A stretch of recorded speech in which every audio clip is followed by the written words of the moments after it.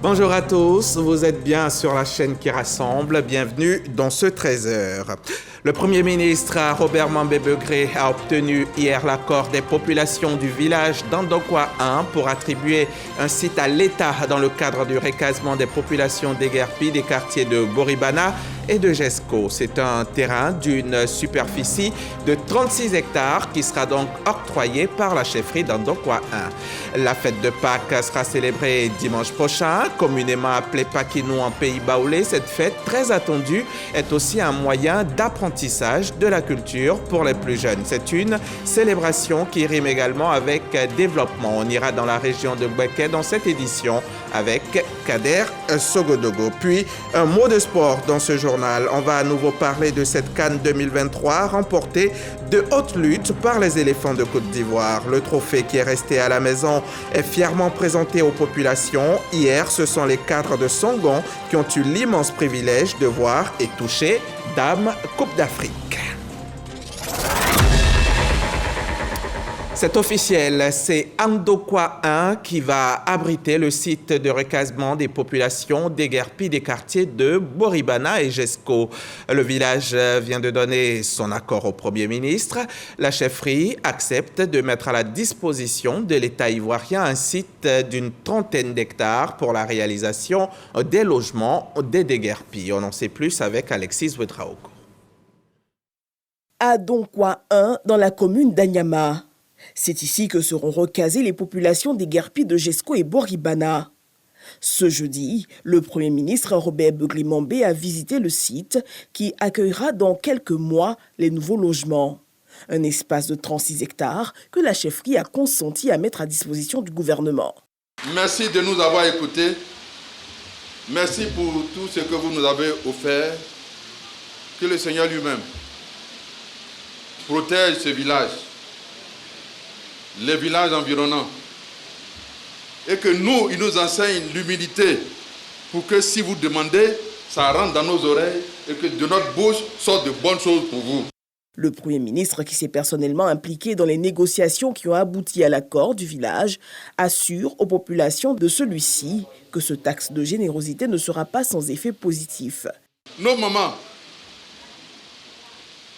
elles n'ont rien demandé. Mais je leur donne une broyeuse de manioc. Vous avez demandé de l'eau. Je prends l'engagement que vous aurez de l'eau le plus tôt possible ici à Andokwa. Vous devez demander le titre foncier de votre grand lotissement. C'est ça, non? Le ministre est là, il va le faire pour vous. Comme première mesure, la satisfaction dans les prochains jours des doléances du village, telles que l'adduction en eau potable, l'édification de la clôture de l'école primaire ou encore le bitumage des axes. Rappelons que ce recasement à Andokwa 1 rentre dans le cadre des mesures en faveur des déguerpis annoncées par le gouvernement le 13 mars dernier. Et en attendant la construction de ces logements, l'État continue d'être aux côtés de ces populations-là. Hier jeudi, la ministre de la Cohésion nationale, de la Solidarité et de la lutte contre la pauvreté a remis au Centre culturel de Niangon Sud à Yopougon des chèques de 250 000 francs CFA à plus de 1400 ménages. Le maire de la commune et plusieurs autres membres du gouvernement étaient sur place. Michel Mambo y était également. Kwaku Ago, la première à recevoir le soutien du gouvernement aux déguerpis de Yopougon Jesco. Chose promise, chose due, comme annoncé en Conseil des ministres le 13 mars dernier, la remise de chèques aux populations déguerpies est lancée. Merci à Madame la ministre, Monsieur le maire de Yopougon. Je vous dis merci beaucoup. Que Dieu vous bénisse. À Yopougon Jesco, ce sont au total 1402 ménages identifiés qui reçoivent les 250 000 francs CFA d'aide du gouvernement. Au moment où je vous parle, le Premier ministre est en train de visiter le site où on doit construire les maisons. Pour vous dire que le tout, ce n'était pas l'annonce. Le gouvernement, pendant que vous croyez que le gouvernement ne s'occupait pas de nous, à la vérité, ils étaient en train de travailler pour nous envoyer des solutions concrètes. Une remise officielle qui a mobilisé plusieurs membres du gouvernement, tous soucieux de la matérialisation de la Côte d'Ivoire solidaire prônée par le chef de l'État Alassane Ouattara. Une équipe de travail a été mise en place. Dans 10 jours au maximum, nous serons en mesure de proposer des solutions très concrètes d'accompagnement et donc de toutes ces personnes qui ont besoin soit d'être insérées ou donc de relancer leurs activités économiques. Le président est un homme d'engagement, c'est aussi entouré d'hommes et de femmes d'engagement qui sont chargés de transformer en action tout ce qu'il dit, tout ce qu'il promet. C'est donc une équipe. C'est avec un grand bonheur qu'après avoir annoncé ces mesures, je me retrouve ici auprès de la ministre Bellemonde pour montrer que ce n'était pas que des paroles. Porteuse de la bonne nouvelle aux populations de Yopougon, la ministre de la Cohésion nationale, de la solidarité et de la lutte contre la pauvreté, Miss Bellemonde Dogo.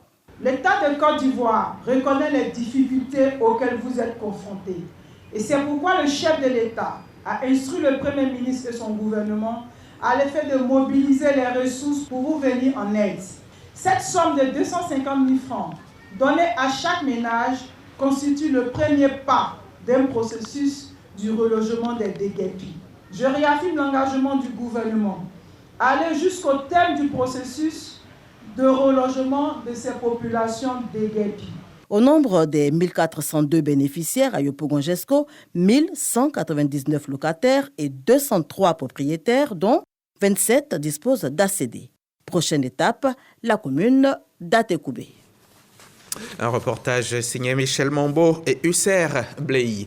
Une délégation de l'association of Food Industries venue des États-Unis est en prospection en Côte d'Ivoire. Conduite par son président Bob Bauer, l'association entend faciliter l'accès de l'anacarde transformée au marché américain. Alexis Ouedraogo revient là sur une séance de travail de cette délégation avec le Premier ministre Robert Mambé-Begré. La délégation américaine est composée des plus hauts représentants des organisations en charge de la sécurité sanitaire. Son champ d'action s'étend de la réglementation des imports-exports des produits alimentaires à la promotion d'industries de l'anarcade. Ce jeudi, face au Premier ministre, il s'est agi de renforcer les bases d'une collaboration efficace pour faciliter l'accès de l'anacarde transformée en Côte d'Ivoire au marché américain. Nous sommes enthousiasmés par ce qui se passe dans le secteur de l'anacarde ici en Côte d'Ivoire. Il y a une croissance considérable et des opportunités. Cela va être très bénéfique, non seulement pour les agriculteurs, pour les personnes impliquées ici, mais aussi pour les clients du monde entier. Je sais que les entreprises américaines sont très motivées à faire des affaires avec des entreprises ici, en Côte d'Ivoire. Premier producteur mondial de noix brutes, la Côte d'Ivoire entend en 2024 confirmer sa position de deuxième exportateur international de noix de cajou devant l'Inde. Léon Kakou-Adom, le ministre des Affaires étrangères, de l'intégration africaine et des Ivoiriens de l'extérieur, a échangé hier avec un ancien ministre égyptien, accompagné de l'ambassadeur d'Égypte en Côte d'Ivoire.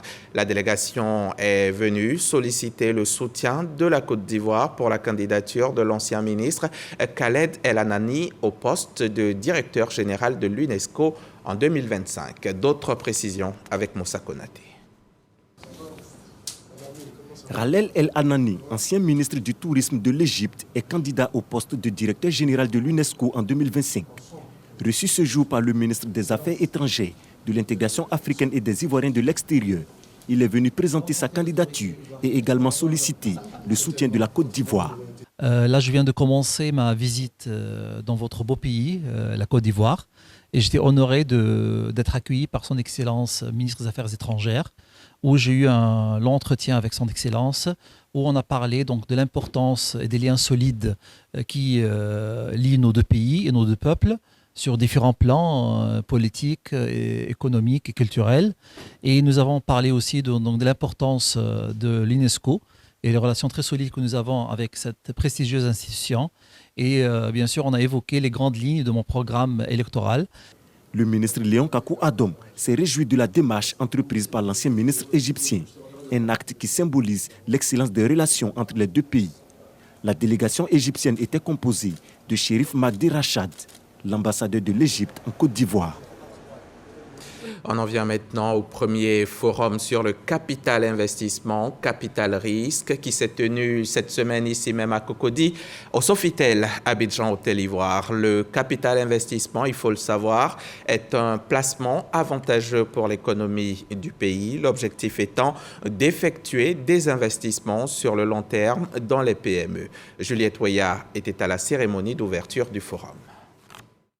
30 startups reçoivent leur certificat des mains du directeur général des PME et de l'artisanat, Dr Silver Yaokonan. Ces petites et moyennes entreprises ont bénéficié du programme d'incubation express PIP, leur permettant d'avoir accès au marché des grands événements 2023-2024, dont la Coupe d'Afrique des Nations. C'est tout bénéf pour notre activité de pouvoir participer à ce type de formation pour pouvoir avoir les outils nécessaires pour nous propulser vers le développement, la croissance de notre business au niveau local et pourquoi pas au niveau international. Les marchés chez nous, c'est de participer à des événements comme les foires, les salons organisés par l'État de Côte d'Ivoire. Et là, nous voulons dire aussi merci à cette direction qui nous a permis de couvrir la CAN et qui nous a rapporté un chiffre d'affaires de 15 millions. Au cours de ce programme, ces jeunes entrepreneurs ont pu développer leurs compétences, forger des partenariats stratégiques et positionner ainsi leur croissance future. Une initiative porteuse et inspirante à renouveler selon la Direction générale des PME et de l'artisanat. C'est un succès et c'est une opération à reconduire. Mais bien sûr, toutefois que nous continuons cet accompagnement, le programme s'achève, mais l'accompagnement continuera avec les structures opérationnelles du ministère, notamment Côte d'Ivoire PME, également au niveau de l'OIP et de la Codinum pour la certification. Le programme d'incubation express PIP s'est tenu de décembre 2023 à mars 2024. Les 30 startups bénéficiaires exercent dans divers secteurs, dont la restauration, le tourisme, le transport et le digital. 22 milliards de francs CFA, c'est ce montant qui sera mobilisé pour le renforcement du réseau d'eau potable d'Abidjan. C'est ce qui ressort en tout cas de la rencontre du ministre de l'Hydraulique, de l'Assainissement avec une mission de la Banque européenne d'investissement. Les témoignages de Grace Kando.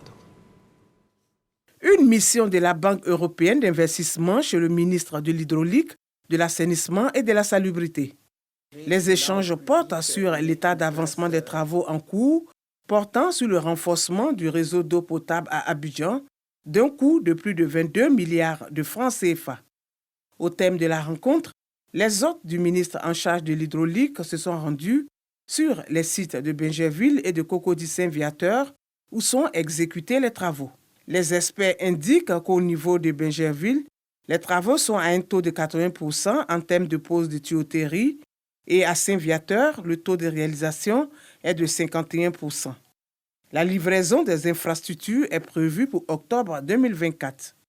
En plus du programme de renforcement du réseau d'eau potable à Abidjan, la Banque européenne d'investissement prend en compte, entre autres, 3000 branchements sociaux et l'optimisation de l'utilisation de la ressource en eau.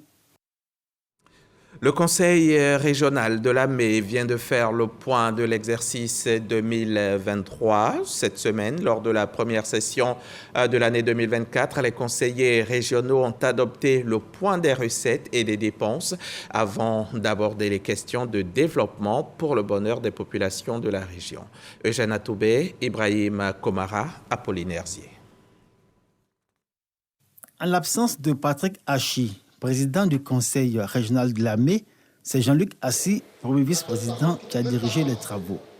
Les conseillers ont à l'unanimité adopté l'état d'exécution des recettes et des dépenses de l'exercice 2023. Ils ont aussi approuvé le rapport fait par le président de la région sur sa gestion financière à cette même période. Nombreuses entreprises avec lesquelles le conseil régional de l'AME a passé des marchés n'ont pas pu respecter le cahier de charges.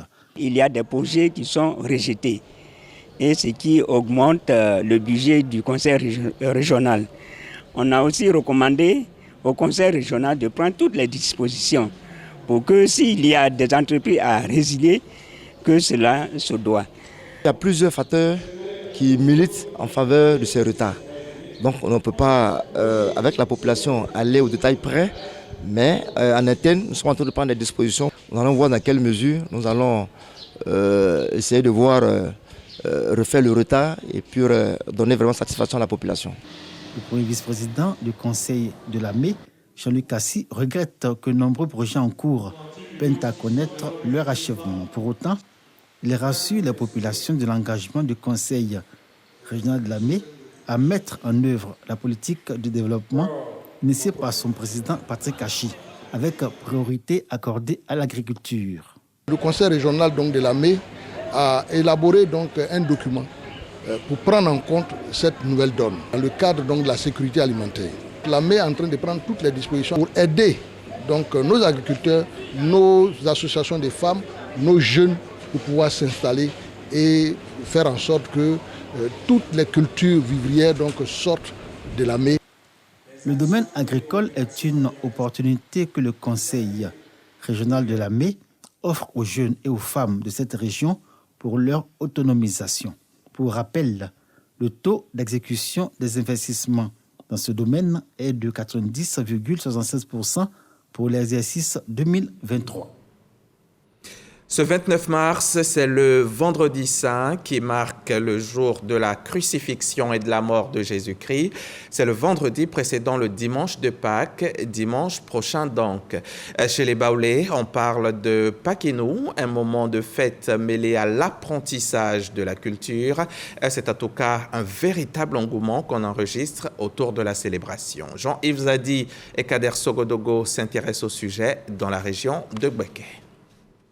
Pakinou, moment de retrouvailles du peuple baoulé, est aussi un lieu d'apprentissage culinaire et de la langue maternelle pour les élèves venus des grandes villes. À Yablassou, Kofiko, village situé sur l'axe Boaké-Sakassou, Falon apprend à piler le foutou. Je suis venue apprendre la cuisine, je suis venue apprendre à nettoyer les champs, à aussi récolter pour pouvoir cuisiner, pour manger avec la famille. Dans la cour voisine Octinelle, après une partie de football, est auprès de sa mère qui lui apprend à parler la langue baoulé. Elle m'apprend des mots en baoulé, va te laver, viens manger. Va te laver en baoulé, ça veut dire il y a konzi. Et maintenant viens manger, bladilike. J'ai appris à compter en baoulé, kou, nyan, san. Na, nous.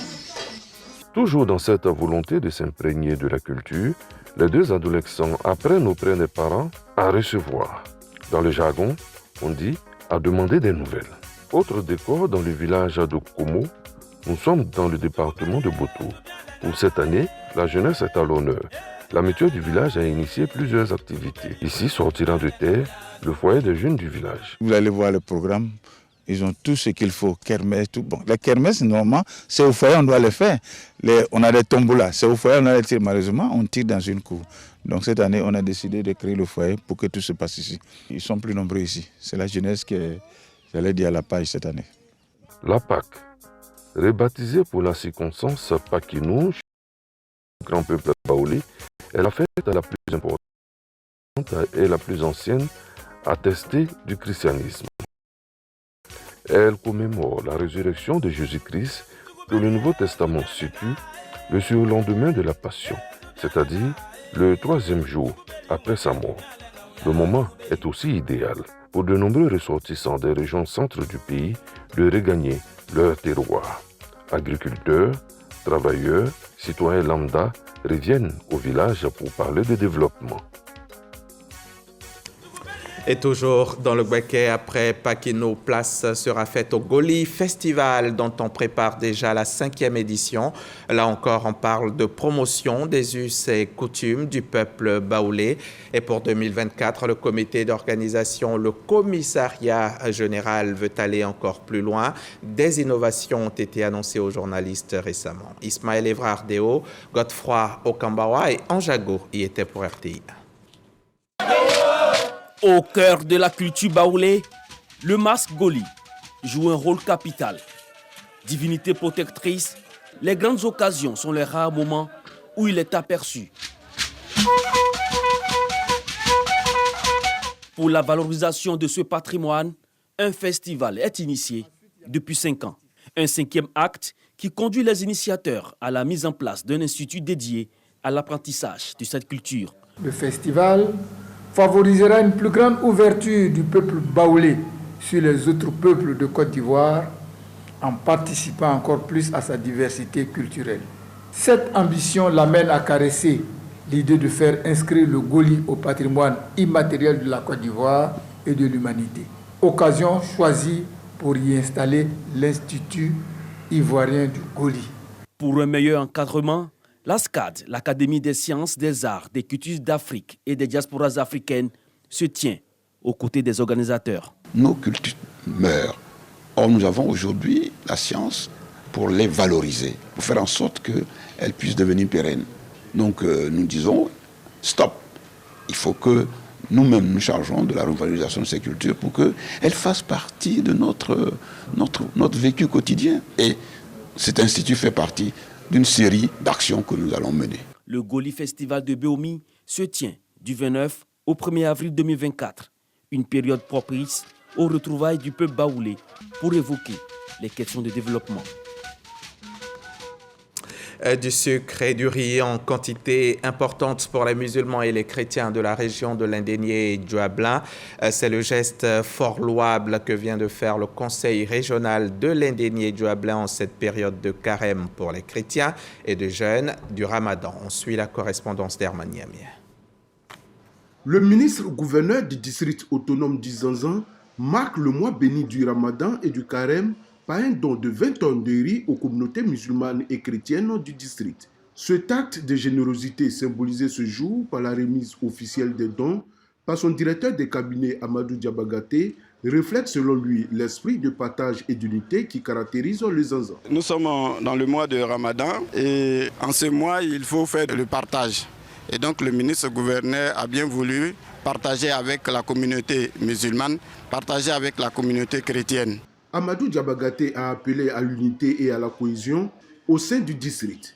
Les réactions des bénéficiaires ont été empreintes de gratitude et de reconnaissance envers le ministre-gouverneur.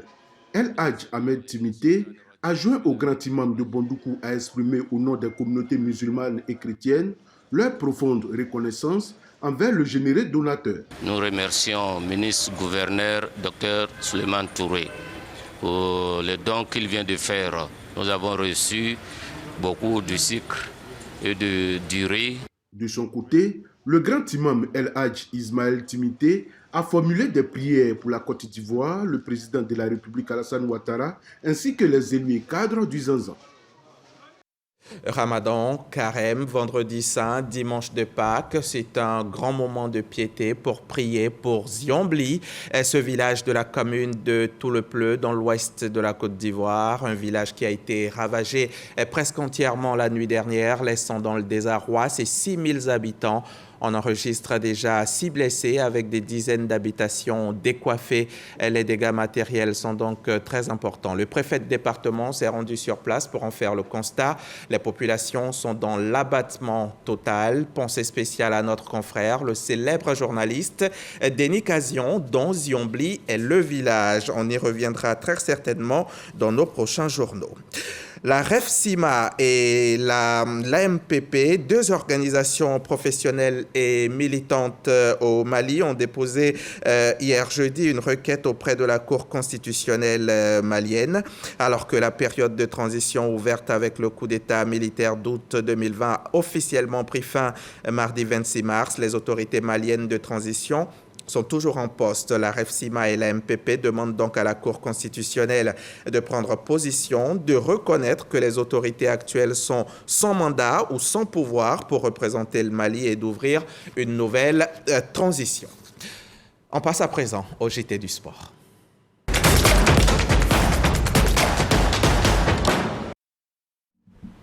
Et Samuel Mech est avec nous. Samuel Mech de RTI Sport. Bonjour Samuel. Bonjour Hamza Diaby. Allez-y. Alors vous allez bien, j'espère? Ça va. C'est clair. Nous allons poursuivre cette page sport pour ce vendredi et ouvrir naturellement donc les hostilités avec le trophée Cannes Tour 2023. Le Premier ministre Robert Begré-Mombé est allé à la rencontre de ses parents au niveau de Songon afin de célébrer le trophée de la Cannes de l'hospitalité et pourquoi pas leur dire merci aussi justement pour leur appui. Suivant. C'est par une parade dans les artères de certains villages de la commune de Songon que la journée de célébration du trophée de la Cannes 2023 a démarré. Ambiance des grands jours, observée à chaque escale jusqu'au palais des chefs de Songon-Dagbe où attendaient plusieurs supporters des éléphants encore fiers de remettre leur maillot et émus de voir en vrai la Coupe d'Afrique des Nations. Nous avons emmené la coupe ici pour vous dire que vous avez œuvré utile, que votre fils vous a dignement représenté, qu'il vous a honoré et que cette coupe est d'abord la vôtre. Envoyé en mission au front, le Premier ministre Robert Begré-Mombé revient en héros, présenter le brillant résultat de sa quête à ses parents de Songon qui l'ont toujours porté en prière et soutenu. Et il ne compte pas s'arrêter en si bon chemin. Je suis venu spécialement pour vous dire merci. Merci pour les prières que vous avez faites. Merci d'avoir eu confiance en la Côte d'Ivoire, d'avoir eu confiance en nos joueurs, d'avoir eu confiance à la FIF. Continuez de prier. Ce n'est pas fini. La coupe était chez nous. La coupe est restée chez nous. La coupe, la Cannes sera chez d'autres. Mais la coupe là, ça reste à condition que nous soyons sérieux, humbles, courageux, très concentrés. Comme à chaque étape, c'est par la traditionnelle photo de famille que s'est achevé ce rendez-vous de la reconnaissance. Alors Samuel Mech, rendez-vous de la reconnaissance, hein, on est à Songon, cette étape-là, et après, où la coupe va être reçue? La coupe va être reçue dans plusieurs communes du district d'Abidjan. Il y a eu Adjamé, il y a eu Songon, d'autres communes s'apprêtent à recevoir ce trophée. J'ai entendu dire dans les coulisses que Trècheville sera donc une étape qui sera observée très très bientôt, mais donc déjà toutes les communes se préparent, il faut le dire. Trècheville, hein, chez le président du COCAN. Exactement. Allez-y. La suite, c'est la Ligue des champions CAF. Les quarts de finale aller vont se jouer ce week-end et le seul représentant ivoirien en compétition de l'ASEC Mimosa est en Tunisie depuis mercredi dernier pour affronter l'Espérance de Tunis et prendre un ticket pour les demi-finales. Quelles sont les chances des Mimosa? Oda Legbe nous en dit plus. 7e dans le championnat local, les Mimosas ne fleurissent pas vraiment depuis la fin de la Cannes de l'hospitalité. En 6 matchs, toutes compétitions confondues, les actionnaires n'ont connu qu'une seule victoire face à Mouna FC, 1-0. Ils totalisent 3 défaites et 2 nuls pour seulement 2 buts marqués pour 4 buts encaissés. La dernière journée des matchs de poule en Ligue des champions CAF les a vus s'incliner devant le Wydad de Casablanca au Maroc. Les Tunisiens, quant à eux, totalisent 5 victoires en autant de matchs, toutes compétitions confondues. Anthony Trabi et toute la défense devront se méfier de Meria et surtout Rodrigo Rodriguez, meilleur artificier des jaunes et oranges. Ce n'est donc pas un déplacement de plaisir pour l'ASEC Mimosa. Les poulains de Julien Chevalier qui ont entamé des séances d'entraînement intenses en Tunisie depuis leur arrivée doivent élever leur niveau de jeu pour garder toutes les chances de qualification. Ce quart de finale aller de la Ligue des champions CAF aura lieu le samedi 30 mars 2024 à guichet fermé au stade Amadi Agrebi de Radès à 21h GMT. Samuel Mech, j'ai une petite question. Oui. Les Mimos sont 7e ici sur le plan local et ils vont en Ligue des champions. Est-ce qu'on a des chances que l'ASEC Mimosa montre une autre figure, un autre visage là-bas. Il est vrai qu'à travers ces résultats, l'ASEC est en train de montrer plus ou moins qu'elle fait un peu le choix des compétitions parce qu'elle brille au niveau continental et au niveau du championnat local, donc elle est un peu en difficulté. Mais il n'en demeure pas moins que l'ASEC a terminé quand même leader du groupe B au niveau donc de cette Ligue des champions CAF et l'ASEC compte bien poursuivre sa marche vers l'avant, surtout défendre actuellement, donc on dira les couleurs de la Côte d'Ivoire. La Côte d'Ivoire qui, en ce moment, après sa brillante victoire à la CAN 2023, était auréolée donc on dira d'un statut.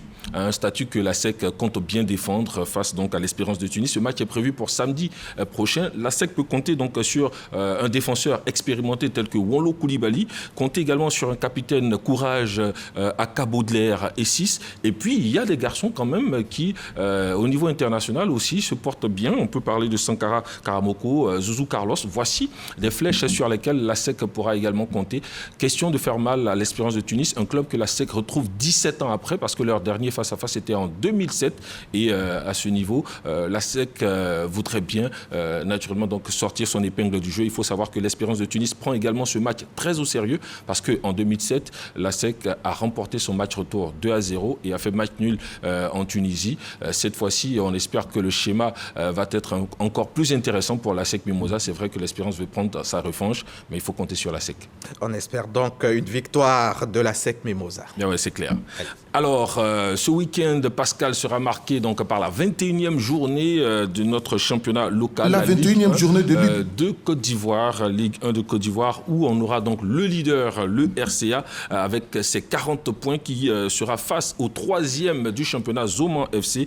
RCA Zoman, c'est donc le samedi 30 mars à 15h30 au stade Robert Champrou de Marcory. Le RCA qui est en ce moment avec son attaquant vedette, donc Konaté Abdoul et Kanté Abdoulaye, vont essayer, donc ce club va essayer de maintenir sa place de leader au niveau du championnat. L'Azida Bengourou sera face au CO Korogo à 17h45. Ce match sera vu en direct sur RTI 1 le même samedi. Et puis dimanche, on aura l'opposition Afad Mouna à 15h30 à voir également sur RTI 1. Voici pour le programme. Mais qu'est-ce qui se passe avec le RCA qui monte et qui est premier, qui est leader quand même? Le RCA est leader. C'est un club aujourd'hui donc qui fait plaisir à voir. C'est la meilleure défense actuellement donc de notre championnat, il faut le savoir. Et puis le RCA, c'est quand même un groupe avec des jeunes qui ont un football chatoyant. C'est un groupe qui joue et qui pratique du bon football. C'est un club. D'où ils sortent comment ça se passe?